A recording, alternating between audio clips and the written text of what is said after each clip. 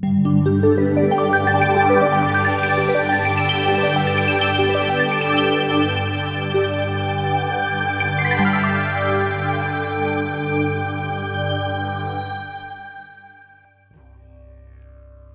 you new to the topic of Planet X and feeling overwhelmed and somewhat unnerved? And while you may reject the concept, you have a sense of an internal knowing that propels you forward. So you try to become informed, but sorting through alarmist headlines, fear-charged rhetoric, and dubious content is dispiriting. Consequently, you're not sure what to believe. And if you sense that this is not a coincidence, you're absolutely right. Nonetheless, some of you lay awake at night, staring at the ceiling, reluctant to fall asleep, only to have that god-awful dream once again. You know the one. It's real, it's vivid, and so troubling you dread falling asleep. Or was it just as simple as asking yourself, what exactly am I looking at, only to have the question rip the blinders off your head and you no longer enjoy the bliss of ignorance? No matter how you got to this point, it's an unsettling place to be. And what you want and need now is peace of mind. The first step to achieving that is to understand exactly what we're up against. This is because most of us instinctively understand that long after the beans, bullets, and bunkers have played out, the good folks who make it to the backside when we see those beautiful blue skies again will need something more to keep them going. That's why surviving what is to come is not about preparing against what you fear. Rather, it is preparing for what you love. Because holding on to each other is far more important than holding on to things. To help you prepare for what you love, this program gives you the who, what, when, where, why, and how about Planet X. The goal here is to help you gain confidence in your own ability to get a good beat on things. So let's take a look ahead at what you'll see in this program. For starters, we'll look at all the different names used for Planet X and what the term actually means.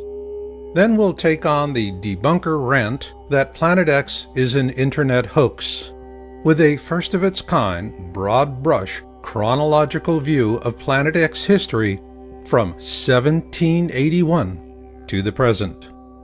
This is because the only truth that matters is the truth that you put inside yourself, in your own time and in your own way.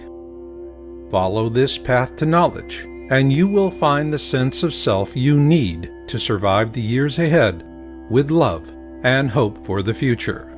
So let's get started.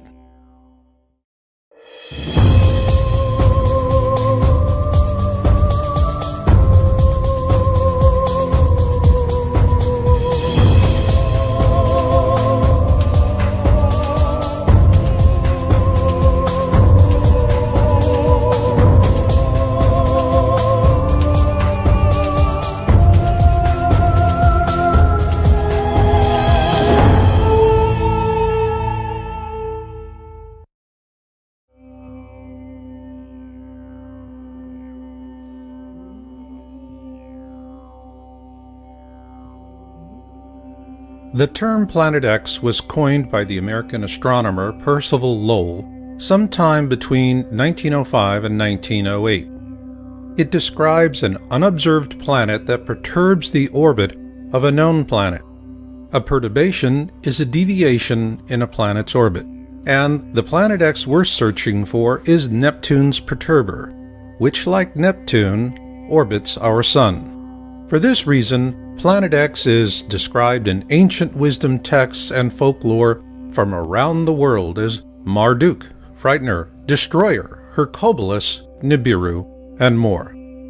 So is Planet X really nothing more than an internet hoax perpetrated by panic-for-profit fearmongers as debunkers claim? Or is there more to it than that? There is. And it begins in 18th century Europe.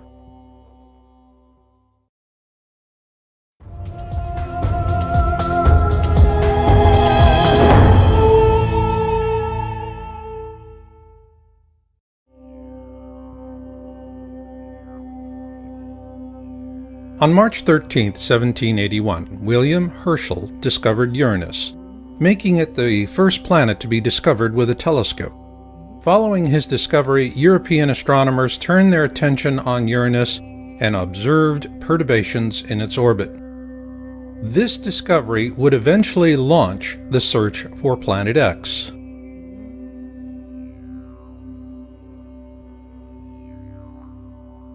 If one were to choose the father of Planet X research, it would have to be Alexis Bouvard, a French astronomer who observed the perturbations in the orbit of Uranus and attributed them to the existence of an unknown planet, the first Planet X. Unfortunately, Bouvard died before the coordinates for Neptune could be mathematically determined by French mathematician Urbain Le Verrier and British mathematician John Couch Adams, using Bouvard's observations. Verrier gets the official credit because he relayed those coordinates to astronomer John Gall of the Berlin Observatory, and 5 days later, Neptune was observed by Gall on September 23, 1846. This made Neptune the first planet to be discovered by a mathematical prediction. So Neptune was also the first Planet X to be discovered. But subsequent calculations based on the orbits of Uranus and Neptune indicated the presence of yet another Planet X well beyond the orbit of Neptune, and so the search resumed. Not in Europe, but in America.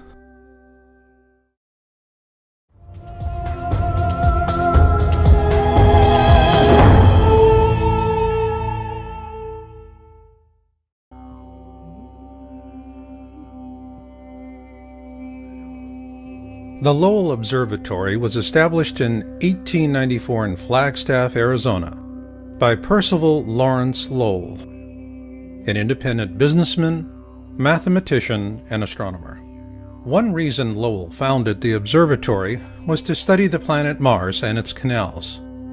The other was the search for other objects of interest in our solar system, most particularly Neptune's perturber, Planet X.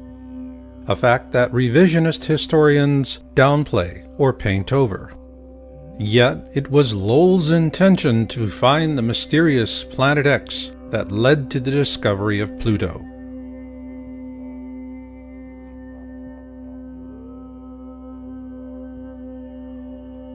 In 1929, 14 years after Lowell's death, a young astronomer by the name of Clyde W. Tombaugh was retained by the Lowell Observatory to carry on the search for Planet X. And on February 18, 1930, he discovered Pluto. At the time, astronomers believed he had found Planet X, Neptune's perturber. Consequently, the topic of Planet X languished for some time after Tombaugh's discovery. However, after the discovery of Pluto's moon Charon in 1978, it was determined that Pluto lacked the mass to be Neptune's perturber, as it is only about 60% the size of our own moon. So with that, the search for Planet X was once again afoot. It's also interesting to note that Pluto was later demoted to the status of a dwarf planet in 2006 by the International Astronomical Union.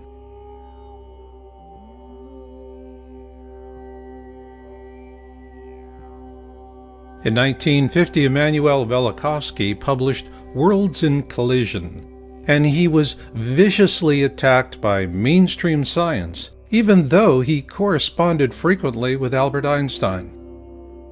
What generated this medieval response from modern science is that Velikovsky used ancient accounts to question the Darwinian notion of evolution with evidence of periodic cataclysms caused by large objects flying through the core of our solar system. Despite ruthless suppression, Velikovsky's work reawakened an open discussion of Planet X, and following that, a steady trickle of interest emerged, both in mainstream science and the media.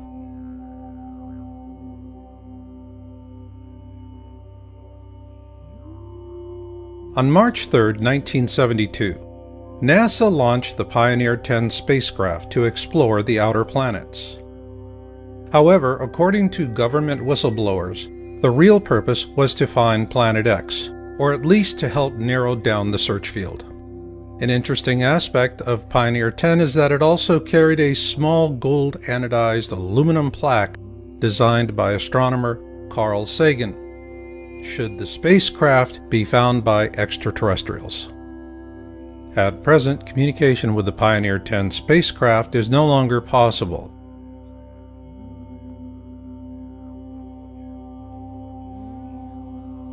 Following the launch of Pioneer 10, the topic of Planet X would have languished again had it not been for Zecharia Sitchin, the author of The 12th Planet, which was first published in 1976.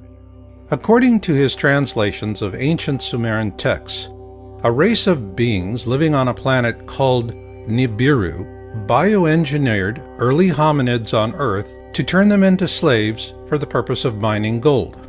Called the Anunnaki, these beings lived on a planet the Sumerians called Nibiru, what we call Planet X today, and the Sumerian accounts tell us that it orbits our Sun every 3,600 years, and flies through the core of our system, often causing great cataclysms on Earth. Sitchin's translations and theories are corroborated by an ancient wisdom text called the Kolbrin Bible. And according to Planet X historian Greg Jenner in his book Planet X and the Kolbrin Bible Connection, previous flybys of this mysterious object caused the sinking of Atlantis, the deluge, and the 10 plagues of Exodus.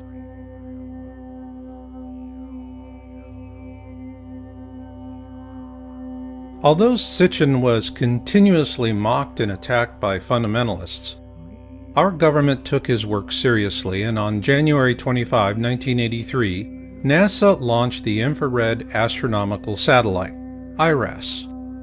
Its mission was to map the sky using infrared. According to NASA, IRAS was unable to complete its mission due to a failure in its supercooling system, and much of the data collected from the probe was classified and has never been disclosed. Several government whistleblowers say that this was a cover-up because NASA shut down IRAS after it imaged Planet X. Their accounts parallel an article published by the New York Times on January 30, 1983, shortly after the IRAS launch. Evidence assembled in recent years has led several groups of astronomers to renew the search for the 10th planet. They are devoting more time to visual observations with the 200-inch telescope at Mount Palomar in California. They are tracking 2 Pioneer spacecraft, now approaching the orbit of distant Pluto, to see if variations in their trajectories provide clues to the source of the mysterious force. And they are hoping that a satellite-borne telescope launched last week will detect heat signatures from the planet, or whatever it is out there. It is important to note that the term Planet X was also used to refer to a 10th planet. However, after Pluto was demoted to a dwarf planet in 2006, that definition became irrelevant. But what is relevant is what IRAS imaged and the consequences of those observations.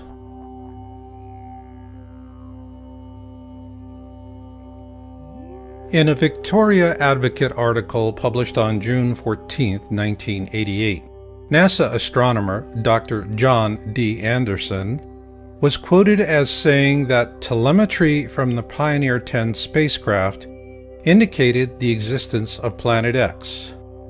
Also note that this article was sourced from Google News and was featured in Yowza.com's March 2012 article titled "The Planet X Cover-Up in the Mainstream Media." Following publication of our article, the entire June 14, 1988 edition was deleted from the Google News site. However, a complete copy is available for Yowza.com subscribers. But what is relevant here is that Anderson is a NASA astronomer with one heck of a resume. and what he said in that 1988 news article was powerful. In that article, he said, "We have a 90 to 99% confidence that Uranus and Neptune are being disturbed, and by one candidate for that is a single planet X." At that point, our government became more interested in keeping public attention focused much closer to home. After all, if you can't see it, it's not there, so go back to sleep, America. Nothing to see here. However, a few curious minds had other notions. On October 1988, Dr. Robert S. Harrington, the chief astronomer for the U.S. Naval Observatory, published his paper, "The Location of Planet X," in the Astronomical Journal. In an August 30, 1990 television interview with Zecharia Sitchin, Harrington also said that Pluto had been a satellite of Neptune, but it was dislodged by Planet X, which he believed could possibly sustain some form of life. He also showed Sitchin a diagram he had created approximating the location of Planet X. Following that interview, Harrington commissioned the construction of a special telescope for a Planet X photographic sky survey in 1991, which was completed at the Black Birch Observatory in New Zealand. The New Zealand observations were performed using Harrington's calculations, and the results were sent to NASA. However, those films vanished and have never been seen again, which leaves us with a big question. Did Harrington actually find Planet X, Neptune's perturber?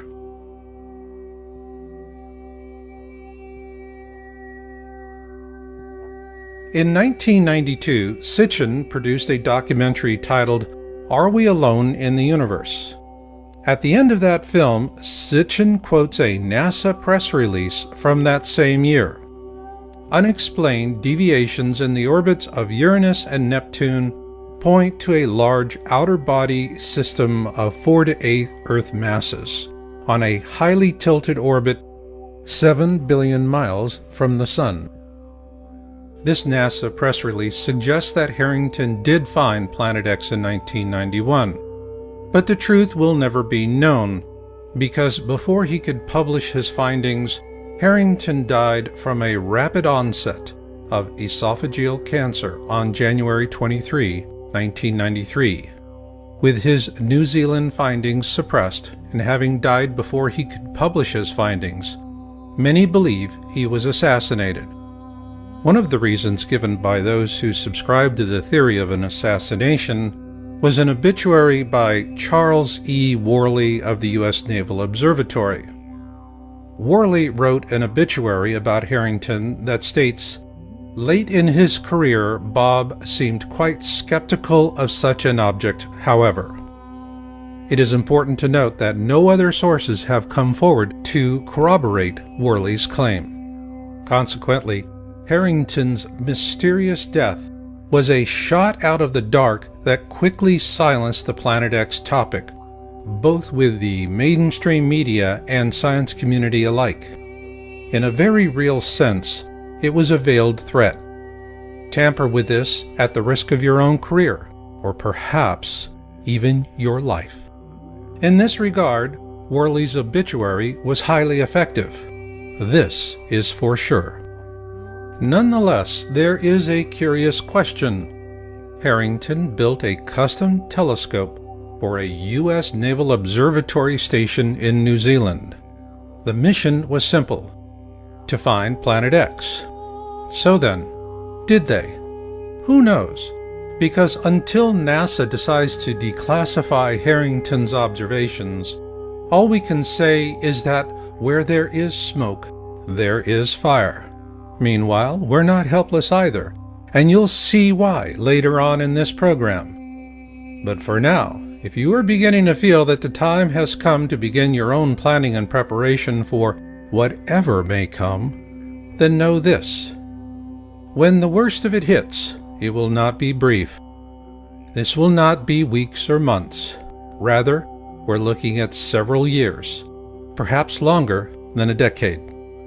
What this means is that your supplies, no matter how much you have on hand, is nothing more than a buffer. It buys you some time to work something else out. To optimize that opportunity of time, gather knowledge now, because after things run out, knowledge will help you to endure. And now, I'd like to share some of this very knowledge with you. It's something I've put a lot of work and love into because I know it will help people to make it to the backside. And that is what I'm all about. For those in preparation and planning, healthcare is always a problematic area because it is focused on the pills, potions, and supplements preppers set aside to help get themselves through a cataclysm. And it is problematic because all things physical play out. So a practical solution is what we call transition planning. So is this a December 21, 2012 solution? No.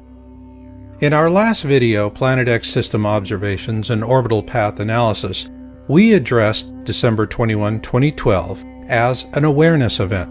It was media-driven and it was successful in creating awareness, so on that regard, mission accomplished.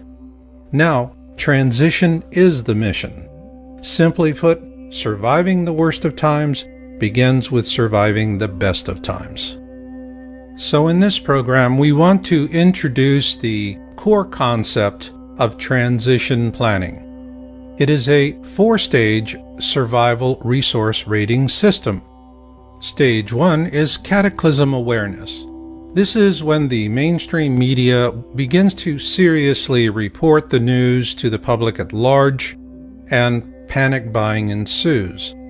If you're not prepared by this time, be ready for long lines and short supplies at the store. Stage 2 is cataclysm events.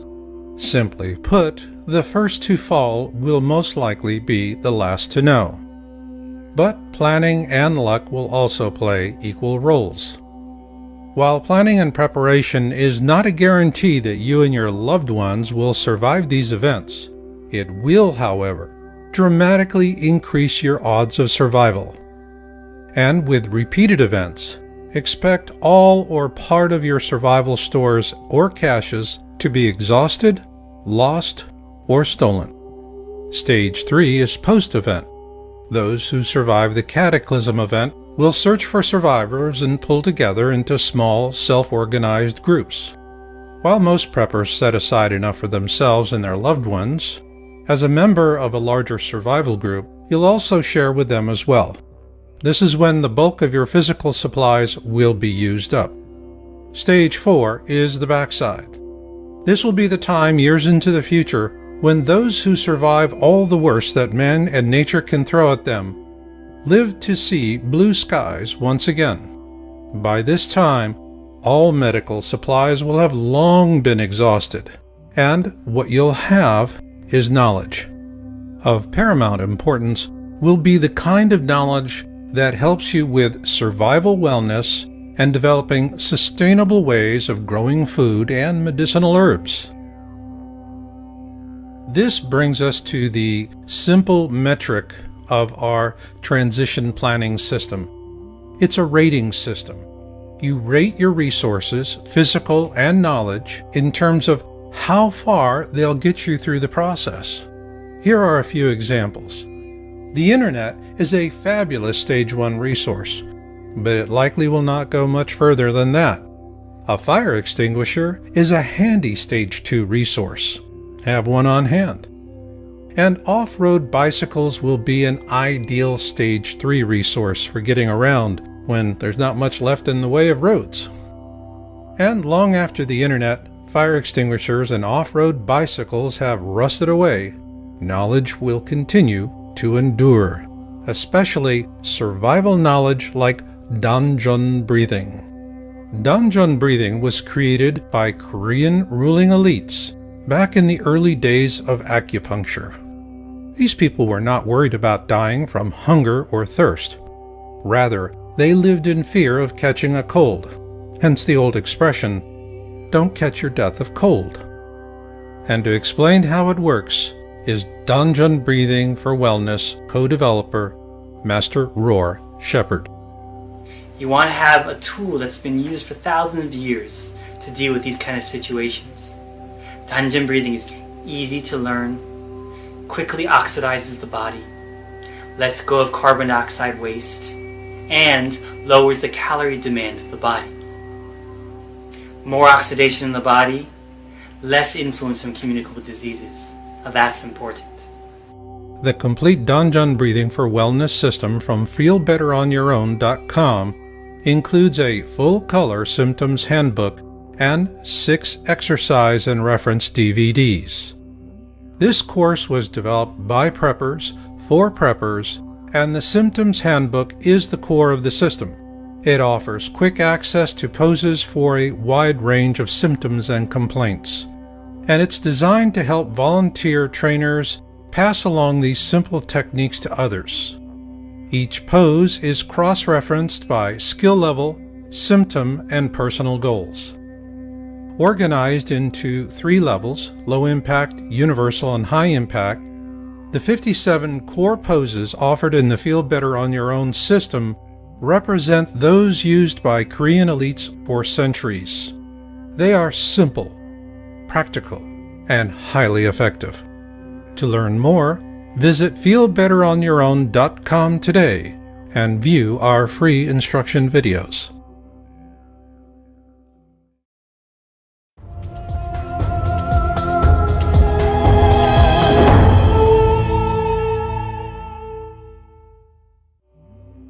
Imagine that you knew about the stock market crash of 1929 well in advance of the common man. Obviously, you could use such advanced knowledge to reap windfall profits from the misery. That is, assuming you were to keep the knowledge a secret. So, to what lengths would you go to keep future victims in the dark so that you could achieve the full measure of your own self-interested goals? Likewise, would you expect elites to rise above their own compulsions for power and wealth for moral or ethical purposes to inform the public at large, even if you are not so inclined? The point here is that for the elites, the topic of Planet X has always been about the leverage of deception, because of something I call Titanic rules. First class gets the boats, and steerage goes down with the ship. We're steerage, and the best we can do is to muster an occasional glimpse through a foggy porthole before the elites close it. Yes, it's unfair, but it has always been that way, and each day you spend agonizing over this is one less day you're focused on what really matters: your survival and that of those for whom you love and care. Keep this in mind as we present excerpts from observation reports. On April 24, 2006, Yowza.com broke the story on the South Pole Telescope, SPT, in Antarctica. The stated mission for the SPT really doesn't make a lot of sense because the same science could be done somewhere else at a fraction of the cost. So why build an expensive and sophisticated infrared telescope in such an inhospitable and inaccessible location as the Amundsen Scott South Pole Station in Antarctica? The answer is simple. This infrared 10-meter dish is the perfect instrument for observing an object rising up through the southern skies in infrared. And once they turned it on in January 2007, that's exactly what happened. A year after the SPT went online, the first of 3 highly credible disclosure videos were published on YouTube. The first, posted by Nibiru Shock 2012, was titled Nibiru Planet X Photos Taken January 2008. It was the first time the public had an opportunity to see an image of Planet X in deep space. And here you see a capture from the video, and the same capture again, but enhanced. In it, we see not just one object, but several. This is when we first learned that Planet X is actually a mini constellation of planets and moons orbiting a small brown dwarf star that is the binary twin to our own Sun. Those of you who were in high school and college during the 1970s may remember this second sun as Nemesis, the designation used by professional astronomers of the day to discuss the possibility that we live in a binary star system. Also, just as Sitchin and Harrington predicted, it would be rising up from the southern skies. But we wondered, could lightning strike twice with another disclosure video? On March 3, 2008, Nibiru Shak posted his second video titled Nibiru Planet X Update February 1, 2008. Well, what do you know, lightning did strike twice. And in that video we're told that Nibiru is now inside the Kuiper Belt, well beyond the orbit of Pluto. In this video, he tells us it is entering our system at an extremely shallow angle. This is consistent with our most current findings. In this second video, Nibiru Shak 2012 gave us a brilliant series of images that clearly show Planet X is a rather substantial mini-constellation of planets and moons orbiting a brown dwarf star that is in turn orbiting our own Sun. Consequently, it does not look or move like anything humans have seen in over 3,600 years. He also told us that governments are afraid of a panic. Perhaps. But then again, remember Titanic rules. First class gets the boats, and steerage goes down with the ship. We're steerage. Why do we say this? Because after these two videos were posted, the Nibiru Shak 2012 channel was hijacked by disinformationalists, and the first two videos were labeled a hoax, and the channel was also corrupted. Having investigated the first two Nibiru Shak 2012 videos at length, we published our findings on April 6, 2008 in an article titled First Two Planet X SPT Leaked Image Videos by Nibiru Shak 2012, now seen as highly credible. The reason we drew this conclusion was that these were very impressive disclosures, but the manner in which the channel was attacked showed clear evidence of a well-organized and well-funded use of disinformation tradecraft. Following publication of our report, Yowza.com came under heavy attack. Our site was hacked, and a slander campaign was leveled against us with brutal vitriol. In the process of defending ourselves, we filed DMCA complaints with YouTube, and to their credit, Google removed over 13 different attack videos and terminated 4 disinformation channel accounts. Then on May 29, 2008, we published an update article titled Planet X Nibiru SPT Disclosures May 2008 Report. In it, we presented our analysis of a third SPT disclosure video by a different YouTuber going by the name of DNIR4808N. This YouTuber described how a personal friend working at the SPT had sent him an image of the Planet X system captured by the SPT on May 14, 2008. In the video, DNIR4808N named his friend, and the government had the YouTube channel removed along with this video within a few hours after it was posted. Thanks to an anonymous tip, we were able to download the video before the channel disappeared. The video was authentic, but the manner in which the channel was taken down was clear proof of further government suppression. And when you compare the images in the DNIR4808N video with the Nibiru Shak 2012 videos, it's obvious that both are of the same object or series of objects, which also happen to be in the southern skies. At that point, the question for our team was simple. How did these 3 SPT disclosure videos compare with Dr. Harrington's paper, The Location of Planet X, published in October 1988, and with the illustration he showed Zecharia Sitchin in a 1990 television interview. Luckily for us, the answer came a few months later.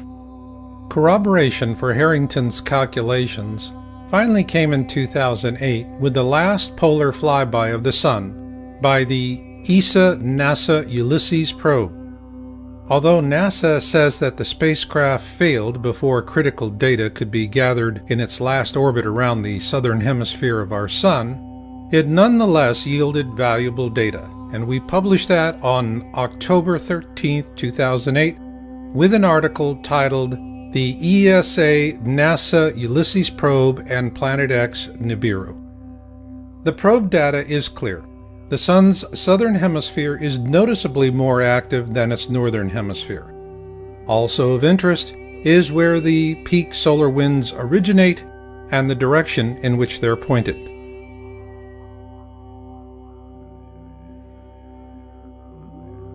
Our team continued researching Harrington's paper and the many disclosure videos we'd seen.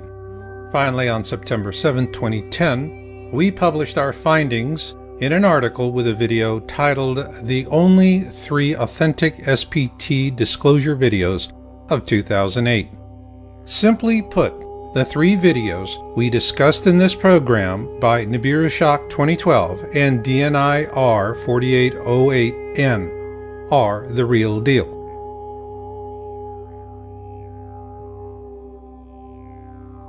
What wasn't a real deal as predictions go was Comet Elenin, and we first raised that question in an article we published on May 15, 2011, titled, Is Comet Elenin a Decoy?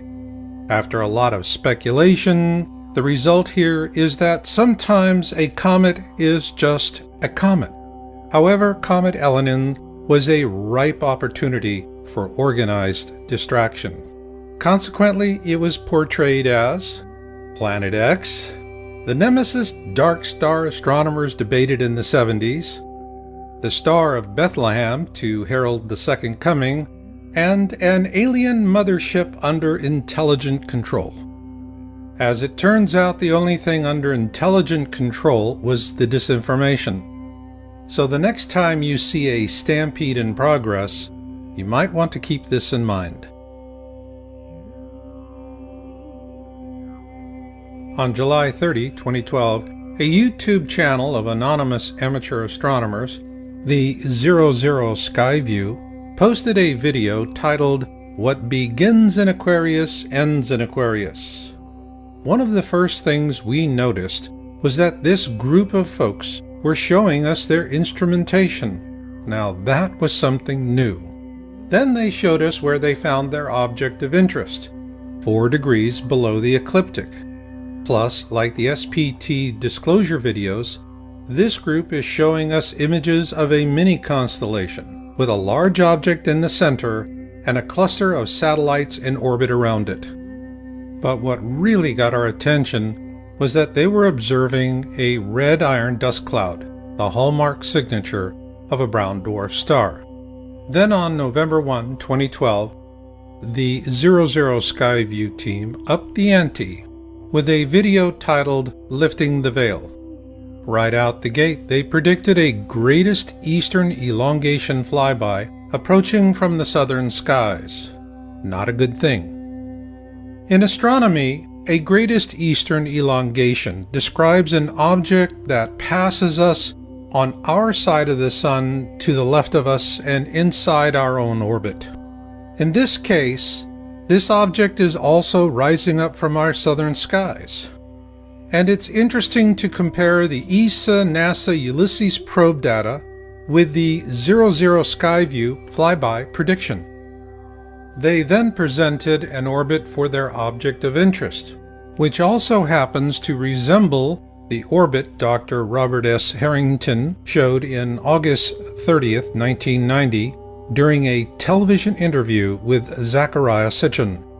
Next, the 00 Skyview team presented a series of color-shifted variations and a wide-field view. However, their last image is of a mini constellation in Aquarius, and it is similar to the mini constellation in the January 2008 disclosure video by Nibiru Shock 2012 titled Nibiru Planet X Photos taken January 2008. So were they seeing the same thing? Well, we must wait and watch, because this mini constellation moves through the sky like nothing we've ever seen before. However, what we can say is that when it does appear for all to see, it will appear suddenly. And given the observations for 2013 you're about to see, the need to plan and prepare for whatever may come is more important than ever before. But first, we want to acknowledge you ladies out there who've taken an interest in Planet X. When we published our first article in January 2002 on Planet X, women represented a 12% audience share. But in 2013, your ranks have grown to nearly 3 times that.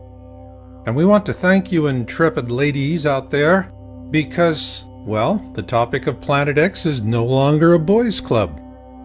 With this in mind, I want to share helpful survival knowledge about dealing with a very ancient curse, both today and long after your medical kit is empty. Every self-healing energy art is about drawing energy and oxygen into the body. But only Danjun breathing focuses on an area of the body women know as the womb, below the belly button and above the pelvis.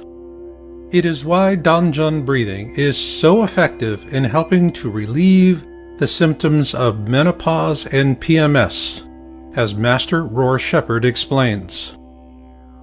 We energize that area, we heal that area, we bring oxygen right into that area. More oxygen, more healing, less pain. This is the most valuable tool for you. Ladies, when drugs and treatments are no longer available and the medical kits are empty, what can you do?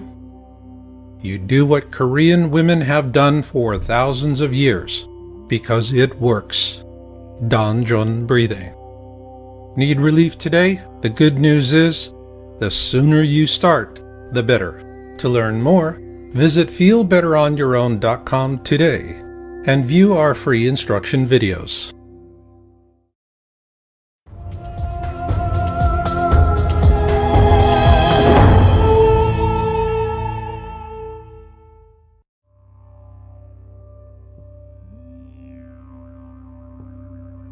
At the beginning of January 2013, Yowza.com researchers began tracking an uncatalogued object using the Vulcan feed camera from the Turrialba volcano in Costa Rica. I dubbed the object Bluebonnet. With these observations, we began to see a pattern forming in terms of Planet X being a mini-constellation instead of a single object. Though Bluebonnet is clearly not a brown dwarf companion to our own Sun, its movement through the sky does raise the possibility that it could be a far-flung orbital of a second sun.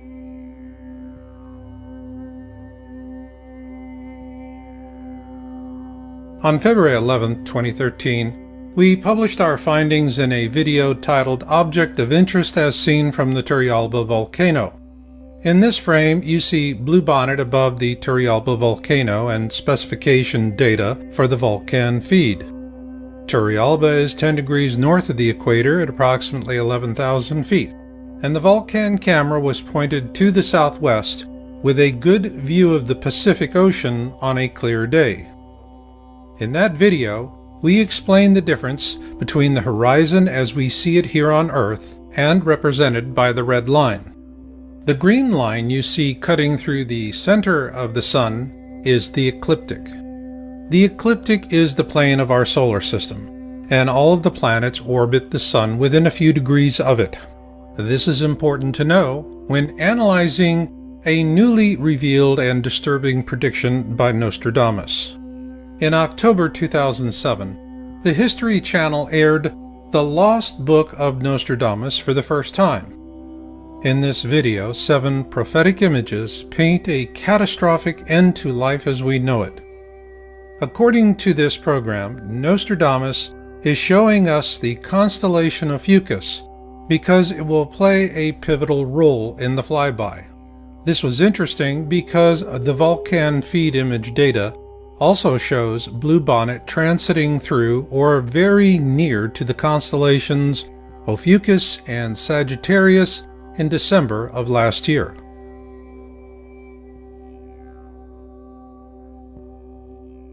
Then on April 20th, 2013, we released an update video titled Blue Caccina and its Moon for our Turrialba object of interest. In doing our research, we began developing a new technique to analyze the imaging capabilities of the Vulcan feed camera at Turrialba. We initially used this technique in a rather limited way, but it later evolved into a powerful image analysis method. Also noted in this update was a video released by the 00 Skyview team on March 23, 2013 titled The 5 Uploaded Images from the Dance of the Stars video. In that video, they provided a chart that gave us an interesting possibility for potential orbitals in the vicinity of Ophiuchus. Following months of observations and capturing hundreds of images to our database, we were able to plot a rough orbit for Bluebonnet, which we determined to be an outermost orbital of the Planet X system brown dwarf companion to our own Sun. Ergo, Bluebonnet does not orbit our Sun, but rather something else that does. We also looked at the predictions of remote viewer Major Ed Dames about these times and what the Colburn Bible tells us to expect. The first passage of manuscripts 3:4 begins with, "When blood drops upon the earth, the destroyer will appear, and mountains will open up and belch forth fire and ashes." This is a key passage, so let's take a moment to study it. When blood drops upon the earth refers to the iron dust cloud surrounding the Planet X system. The destroyer will appear. What this tells us is that the iron dust cloud precedes the arrival of the destroyer, which in this case is Planet X, the ancient Hebrew and Egyptian description for this mini constellation. And the rest just doesn't get any better.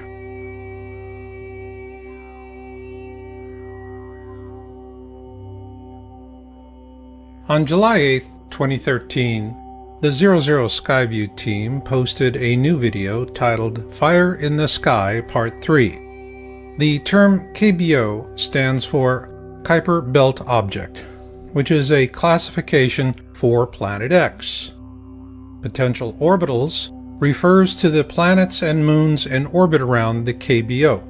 And here they finally ask the question, is this our binary star? The reason they posted that question to the viewer is because they've observed a large nucleus for the KBO.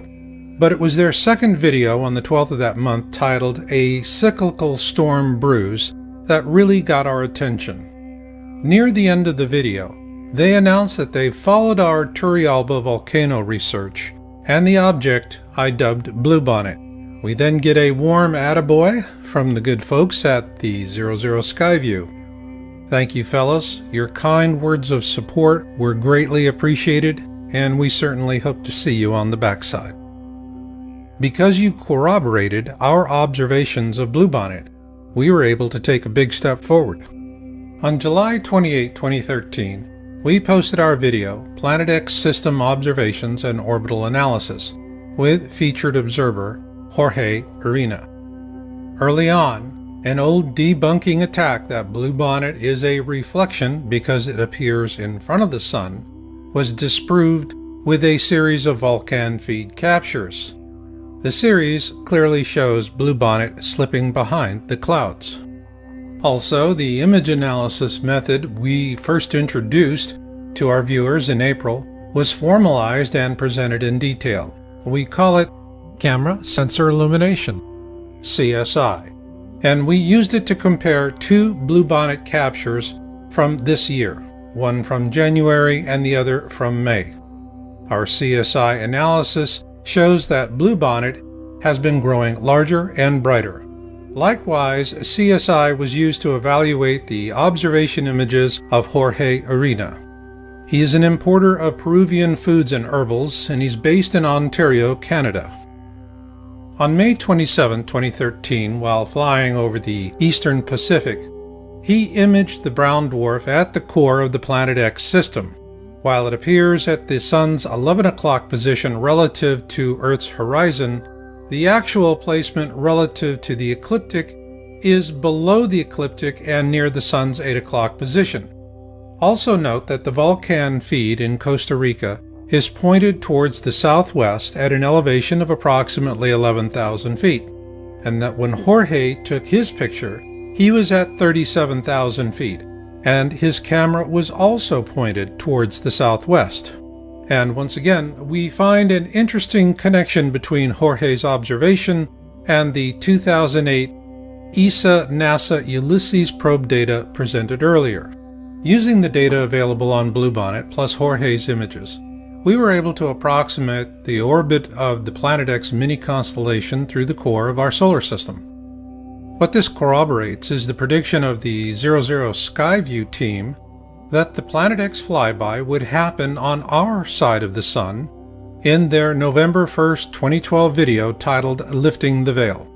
Further to that, in a September 2008 interview with Carrie Cassidy of Project Camelot, government whistleblower Bob Dean predicted the very same thing, that the Planet X flyby will occur when it is on our side of the Sun. And now, a moment of truth. Everything you've seen up to this point is intelligence. That is, a connected collection of fragments and shards of truth that happen to slip past years of suppression. But for those of you who insist on smoking gun proof, you're not going to believe anything until you've seen it yourself. That begs the question, what can you see today? What you can see are a lot of rocks coming our way.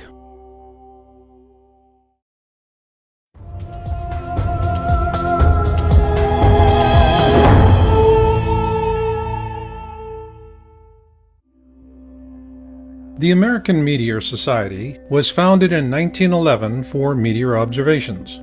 It is a reliable source for information about meteors and fireballs. If you need to see things for yourself, visit www.amsmeteors.org and support the effort. But why would you want to do that? Because on February 15, 2013, NASA had all of us focused on the flyby of asteroid 2012 DA14. After weeks of media hype, the flyby turned out to be a rather boring non-event. Yet, on the very same day, the Chelyabinsk meteor airbursted over the southern Urals. It was the largest rock to hit our planet in over a century, and its detonation released the equivalent energy of over 20 Hiroshima bombs. It damaged over 7,000 buildings, and 500 people had to seek medical treatment for wounds. When pressed by the media for an explanation as to why NASA never saw it coming, they finally had to admit that they were blindsided by this meteor because it came out of the sun and that they do not have any telescopes pointed in that direction. Still the same, can you imagine the carnage that would have occurred had this meteor airbursted over a major American city with the equivalent energy of over 20 Hiroshima atomic bombs? The point here is that we can continue to argue about what is happening here on Earth in a way that keeps the consensus out of reach. But when it comes to meteors, there are no more frivolous debunker theories about natural variation, increased reporting, and, well, swamp gas. Just consequences. That is why visiting the American Meteor Society, the AMS, is something you can do today to see what's coming at us. To show you why, we're going to show what people are seeing and reporting from 2010 through October 2013 based on AMS observation reporting data.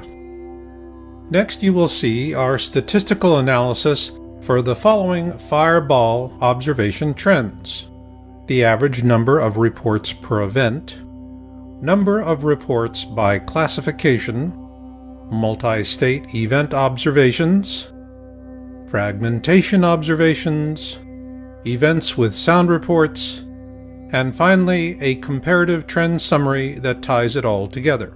So let's begin.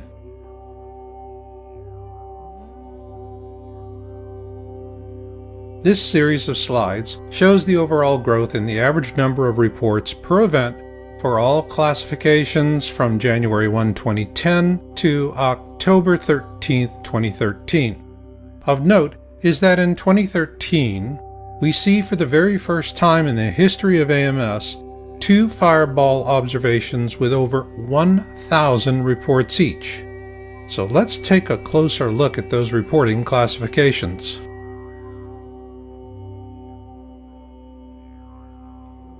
The AMS classifies meteor observations based on the number of reports per incident, where a mid-sized class event has 6 to 20 reports, a significant event has 21 to 50 reports, a large event has 51 to 100 reports, and a huge event has over 100 reports.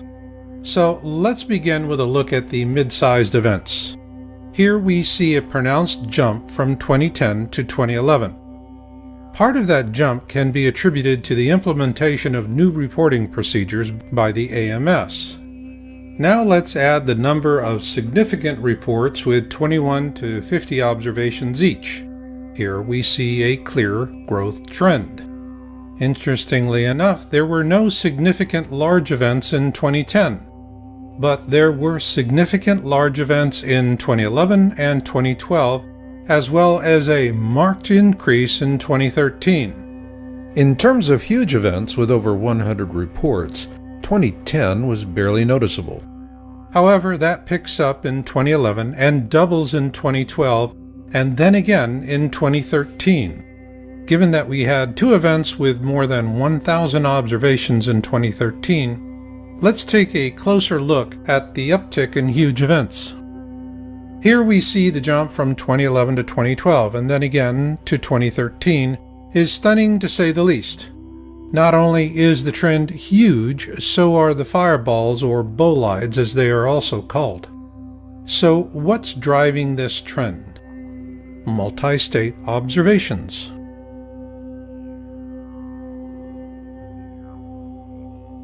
A multi-state event is where observations of the same fireball are reported in 2 or more states, and here we see a steady growth trend from 2010 to 2013.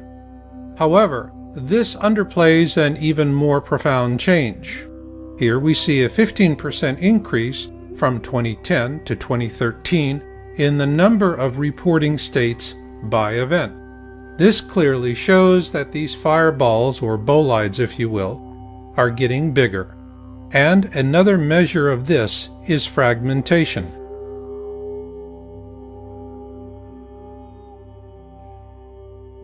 Fragmentation is a key indicator of size, and while angle of attack and velocity also play a factor, the rule of thumb is the larger the meteor, the more likely it is to fragment, or break apart if you will. From 2011 through 2013, the number of meteors large enough to fragment skyrocketed according to AMS reporting data. This should be of real concern to all of us because this represents a 400% increase in just 3 years, and because there is a corresponding increase in sound as well.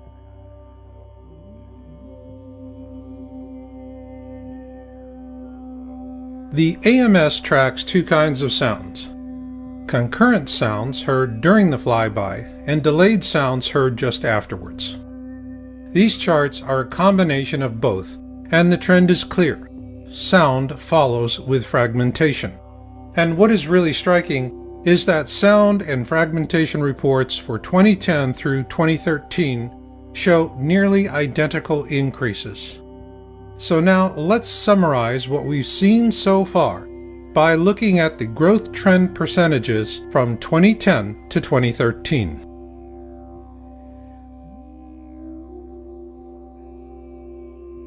Now let's look at a big picture view of the AMS data based on the average number of observation reports per event, events with sound reports, fragmentation observations, and multi-state event observations.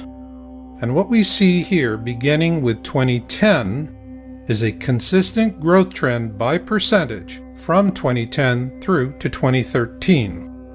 It is important to note that all of the data presented in this video is for the 2013 reporting period of January 1, 2013 to October 13, 2013, with 2.5 months yet to be reported. And for those of you who are still laboring with doubts about all of this, there is only one question you need to answer. What's throwing all these rocks at us? And what about those of you who no longer have any doubts about the need to plan and prepare for whatever may come? Do not plan against what you fear, but for what you love, because survival is not about holding on to things. It's about holding on to each other. For the Yowza.com and PlanetXTownHall.com research team, this is Marshall, and we'll catch you on the backside.